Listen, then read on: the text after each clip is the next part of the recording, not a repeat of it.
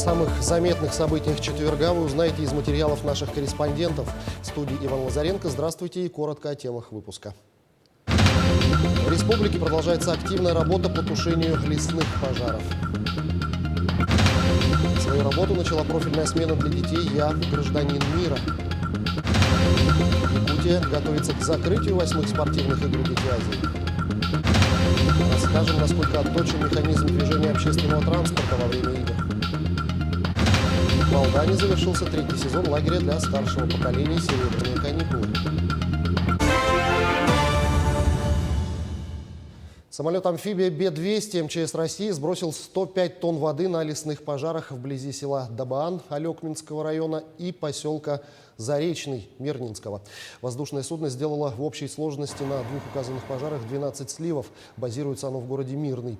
Всего на вечер 4 июля на территории 20 муниципальных районов Якутии действует 113 лесных пожаров площадью 291 тысяча гектаров и 1 ландшафтный на площади 5,5 тысяч.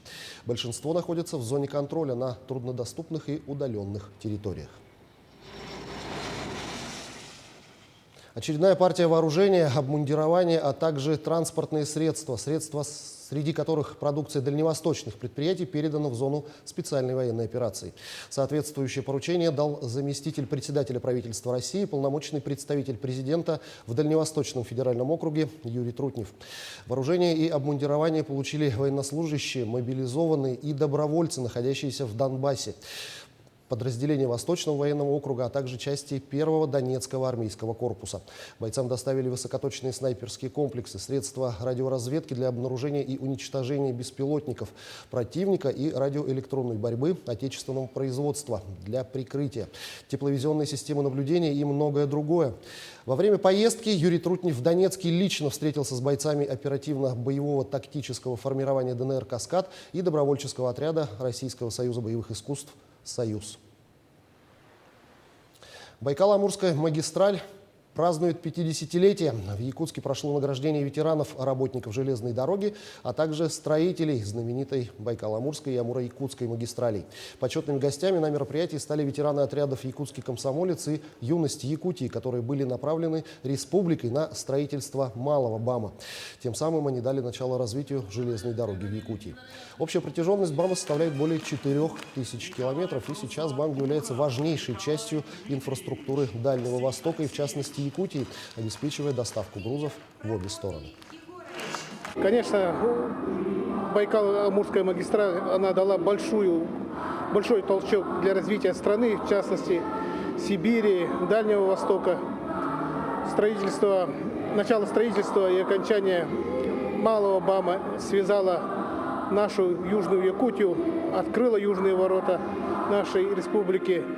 Освоение промышленности, недр ее для развития, опять же, нашей страны, укрепления нашей страны. И сегодня мы просто восхищаемся теми людьми, которые творили это мужественное, важное дело для нашей республики и нашей страны. В Казахстане в эти дни проходит саммит Шанхайской организации сотрудничества. Это очень важная встреча для всех членов ШОС, в том числе для России и Китая. За событиями в Астане пристально следят наши коллеги из медиакорпорации Китая. Хочу начать с того, что президент КНР Си Цзиньпин прибыл в Астану еще 2 июля. Конечно же, его визит в Казахстан в первую очередь будет способствовать укреплению китайско-казахстанской связи. Уже допущен целый ряд новых двусторонних проектов. Это и открытие в Астане филиала одного из топовых вузов Китая, Пекинского университета языка и культуры, и открытие в Казахстане культурного центра Китая, а в Китае культурный центр Казахстан и много-много другое. Но есть подвижки и в двусторонние отношения с другими странами, в том числе с Россией, Кыргызстаном, Азербайджаном и Узбекистаном. К примеру, во время встречи с президентом России Владимиром Путиным стороны подтвердили свою готовность поддерживать друг друга в защите ключевых интересов, договорились усиливать сопряжение стратегии развития и международных стратегических взаимодействий. Если говорить о многостороннем сотрудничестве, то тут тоже очень много интересных моментов. Один из ключевых увеличение семьи ШОС за счет присоединения Республики Беларусь. Это событие, кстати, будут широко отмечать и в Пекине. 6 числа в секретариате ШОС в честь него будет организована церемония поднятия государственного флага страны. О росте интереса к деятельности Шанхайской организации сотрудничества говорит и провозглашение нового формата ШОС+. И все это считается чрезвычайно важным в Пекине. Ведь Шанхайская организация сотрудничества – хорошая платформа для реализации инициативы «Один пояс, один путь». Политическое, экономическое и гуманитарное сотрудничество в рамках ШОС в значительной степени соответствует 5 приоритетам строительства пояса и пути. Это сопряжение политических установок, соединение транспортных магистралей, расширение торговли, инвестиций и сближение народов. Многие соглашения, принятые в рамках ШОС, создают для этого хорошую базу. К примеру, соглашение ШОС о создании благоприятных условий для международных автомобильных перевозок способствует углублению региональной связи, региональной экономической интеграции. Программы многостороннего торгово-экономического сотрудничества государств-членов ШОС повышают уровень либерализации торговли и содействуют упрощению торговых процедур, стимулируют появление новых форматов торговли. Поэтому следует ожидать, что и новые решения, которые будут приняты на нынешнем саммите, также придадут импульс для развития сотрудничества во всех областях, повысит эффективность и участие ШОС в высококачественном строительстве одного пояса, одного пути и внесение еще больше вкладов в обеспечение безопасности, стабильности и развития в регионе. Ну а мы возвращаемся к событиям в нашей республике. Свою работу начала профильная смена для детей «Я гражданин мира» на базе центра «Сосновый Бор». Смена проводится по направлению «Учись и познавай». Участников ждут образовательные программы, оздоровительные процедуры, а также спортивные, интеллектуальные и творческие мероприятия. О том, как пройдет смена, расскажет Тимур Колмогоров. Стройными разноцветными рядами отряды детей прошлись по полю, словно участники идущих сейчас игр «Дети Азии». Каждая из команд представляла свою сторону – Китай, Иран, Монголия, КНДР, Россия и Республика Саха. На официальном открытии профильной смены «Я гражданин мира» собралось порядка 160 детей из разных районов республики. Они уже успели освоиться на месте и познакомиться со своими вожатыми, преподавателями и сверстниками. И с нетерпением ждут того, что их ждет. Атмосфера отличная, все вожатые тоже отличные, так скажем. Сразу в сердце ко мне попали. Со сверстниками тоже я хорошо общаюсь. Получается, я человек дружелюбный, сразу влилась в общество. Ожидаю только хороших впечатлений, так скажем, чтобы в памяти надолго осталось. Участники-дети будут учиться по программам дополнительного образования. Одной из ключевых частей программы смены является изучение языков. Дети смогут ознакомиться с корейским, китайским, английским, а также эвенским и эвентийским языками. Вместе с этим особенное внимание уделят истории коренных малочисленных народов Севера.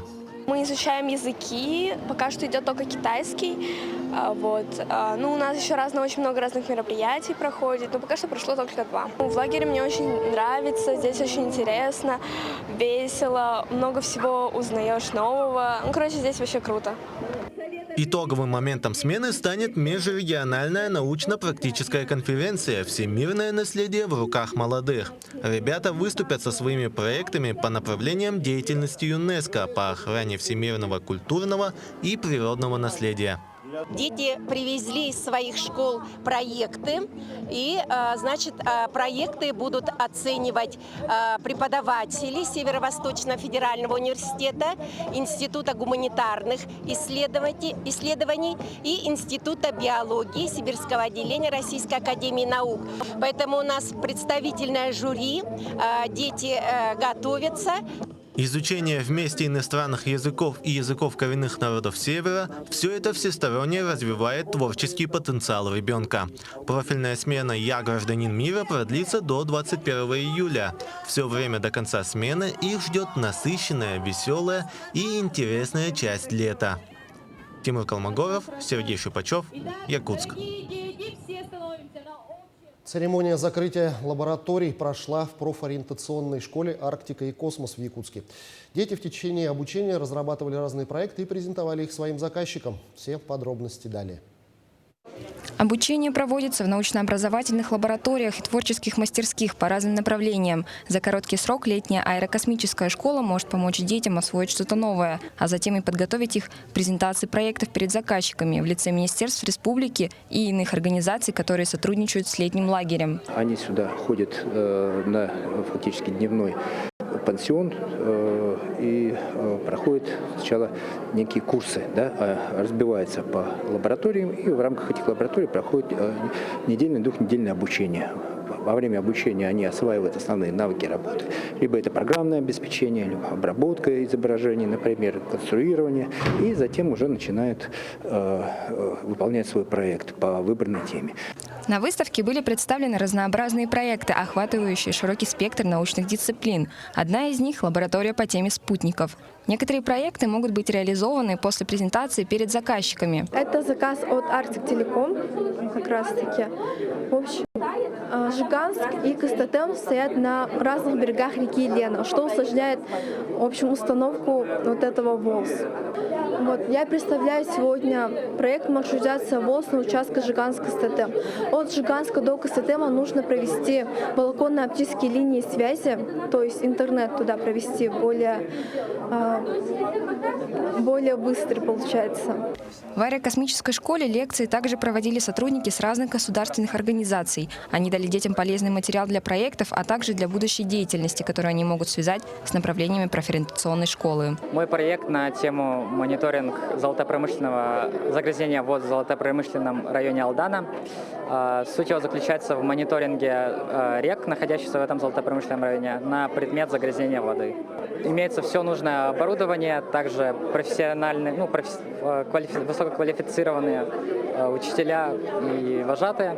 Получил множество знаний, которые пригодятся мне и в студенческой, и в будущем, в принципе, во всей жизни. Профориентационная программа школы настолько обширна, что любой желающий сможет найти для себя что-то интересное. Летний лагерь дает возможность не только показать себя, но и реализовать свой проект и нести пользу в массы. Александра Котельникова, Григорий Охлопков, Якутск. 8-е спортивные игры «Дети Азии» – это не только спортивная площадка, но и большая просветительская и диалоговая платформа. Сегодня в рамках игр впервые состоялся научно-практический семинар о современных аспектах питания спортсменов в условиях Арктики. Участники семинара смогли ознакомиться с методическими комплексами, выставкой продукции по заданной тематике, услышать выступления высококвалифицированных спикеров. Основная тема обсуждения заключалась в том, что успешная спортивная деятельность невозможна без рационально организованного питания спортсмена.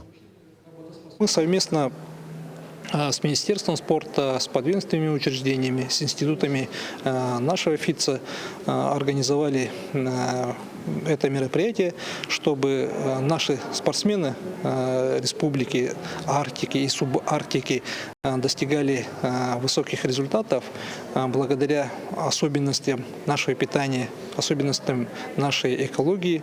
И все это будет учтено, и наши ученые работают над созданием специальных программ для спортсменов, для наших будущих побед.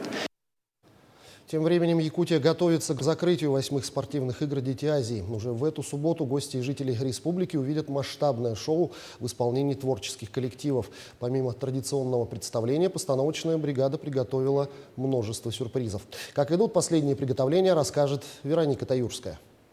Бригада режиссеров-постановщиков под руководством Михаила Степанова представит зрителям шоу «Мы дети Азии, мы дети Солнца».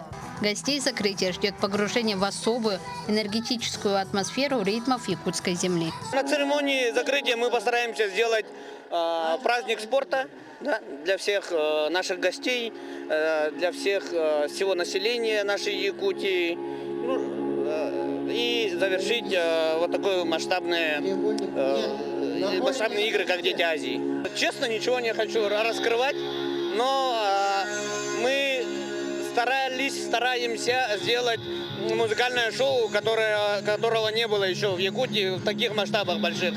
на стадионном уровне. Церемония открытия игр «Дети Азии» запомнилась гостям погружением в мир Арктики. Как отметили организаторы, закрытие станет более масштабным. В постановке на тему «Мы – дети Солнца» привлечено более 1000 человек со всей республики. Многие из артистов, участвующих в шоу, были заняты на открытии игр. В закрытии буду участвовать во втором блоке «Северное сияние» и финальный танец. Танцем я занимаюсь с детства, с детского сада. Классного, зажигательного такого закрытия, что каждый запомнил. Церемония закрытия 8-х игр «Дети Азии» станет грандиозным событием в республике. Здесь пройдет парад техники, в том числе и мотоциклов. Выступит порядка 20 коллективов со всей республики. Организаторы готовят концерт с участием звезд якутской эстрады. Пригласили и специального гостя. В конце нашего шоу, конечно, приедет хедлайнер, да, всем известный «Нилетто». Мы для него тоже сделали танцевальные какие-то моменты, чтобы, как потанцовка, как антураж. Моя работа заключается в том, я ответственен за якутских артистов. Как они будут выходить, откуда будут выходить, ну все. А можете перечислить? Кескиль Баишев, Пансаж, Фиеста, Аскалон Павлов, Виталий Ачиров, Павел Семенов. Церемония закрытия пройдет на стадионе Туймада 6 июля. Сбор зрителей начнется с 19 часов. Вероника Таюрская, Григорий Хлопков, Якутск. Между тем, спортивные игры «Дети Азии» – это не только тренировки, соревнования и церемонии награждения. Это большая внутренняя работа для организации передвижения большого количества людей. Насколько отточен механизм движения общественного транспорта, узнавали наши коллеги. Успеть позавтракать утром в столовой, не опоздать к началу соревнований. Отлаженный механизм специально подготовленного общественного транспорта играет немаловажную роль в спортивных играх «Дети Азии». Якутск принимает у себя более 3000 гостей из 24 стран и регионов России. Алгоритм перевозки пассажиров внутри столицы республики разработан таким образом, чтобы к месту назначения спортсмены и судьи прибывали без каких-либо задержек и эксцессов. Наша обязанность заключается в том, что мы отвечаем за время приезда автобусов, также какой автобус едет до какого-то спортивного объекта. И также мы работаем посменно по 4 часа. Более 100 специально подготовленных к играм автобусов курсируют по заданным маршрутам. 40 шаттлов, 25 туристических автобусов, мини-вены и микроавтобусы для судей. На линии профессиональные водители. Мой стаж с 94 года водительский. То есть это порядка где-то 20 с лишним лет. Вообще со всеми водителями был проведен инструктаж, соблюдаем скоростной режим, высадка пассажиров только на строго отведенных местах, где нам предписано забирать пассажиров, где предписано высаживать их. Волонтеры очень сильно нам помогают, подсказывают в этой связи. Автопоток по деревне спортсменов ограничен. Дороги для личного автотранспорта перекрыты. Но здесь бесперебойно отправляется по заданным маршрутам общественный транспорт. Ездим скорее только в зал и обратно. Но вчера, допустим, на площадь ехали для награждения, там рядом было. Налажен хорошо. То есть, в отличие от других соревнований, тут каждые 15 минут ездит автобус, и можно приехать не только когда непосредственно соревнования проходят, просто захотелось, сели, поехали. В автобусах комфортно, работают кондиционеры, а там жара была последние дни, и это очень важно. Мест хватает, то есть прям какой-то адской толкучки не было ни разу.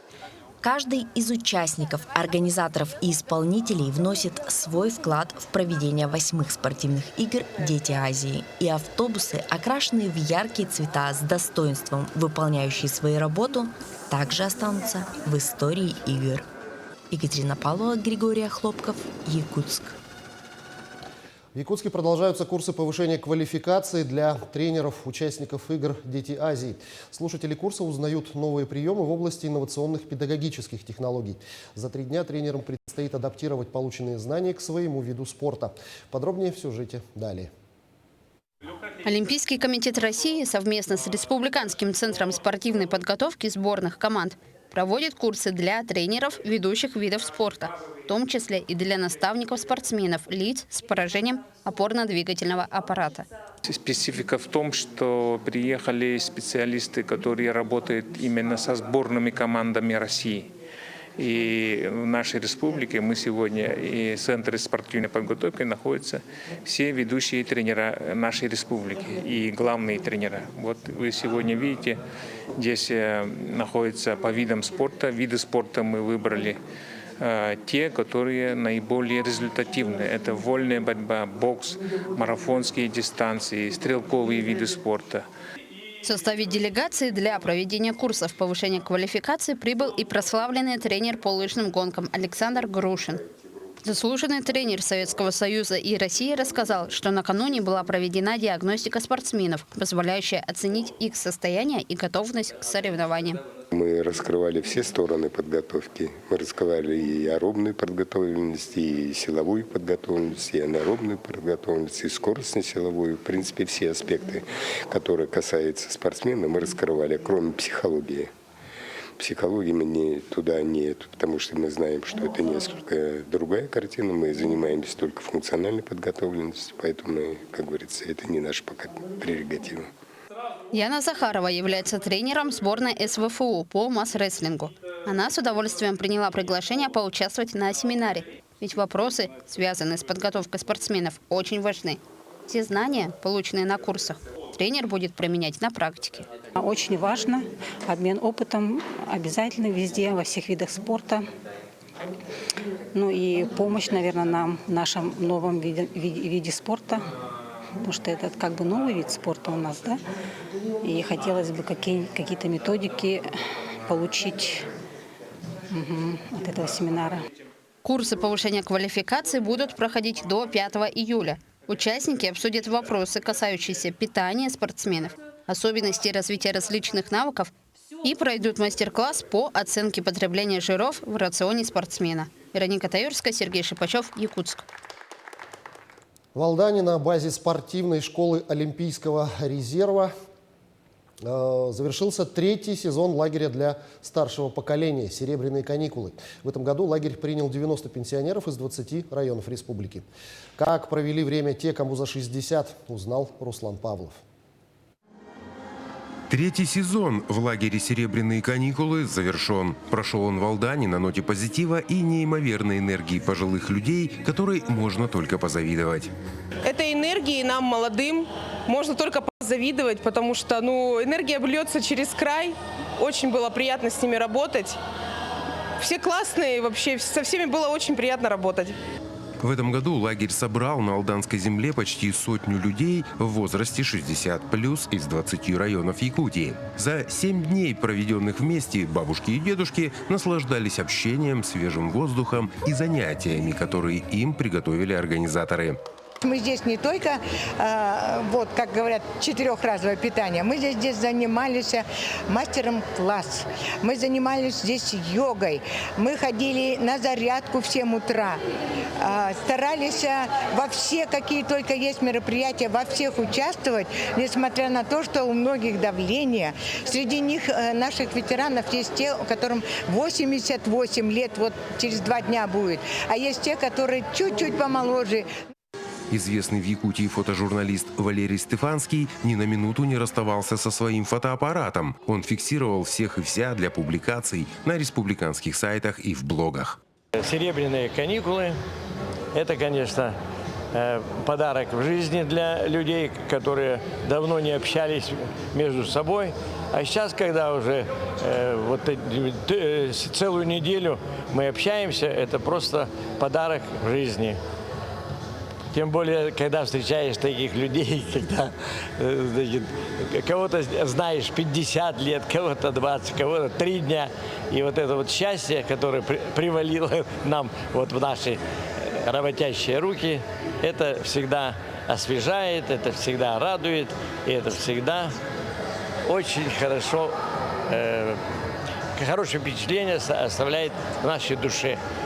Говорят, что лучший отдых – это смена занятий. В данном случае их было много, а участники «Серебряных каникул» приобрели массу впечатлений, знакомств и, конечно же, здоровья, упакованного в положительную энергию, которая буквально аурой светилась вокруг. Руслан Павлов, Алдан. Таким наши корреспонденты увидели уходящий день. Оставайтесь на нашем канале.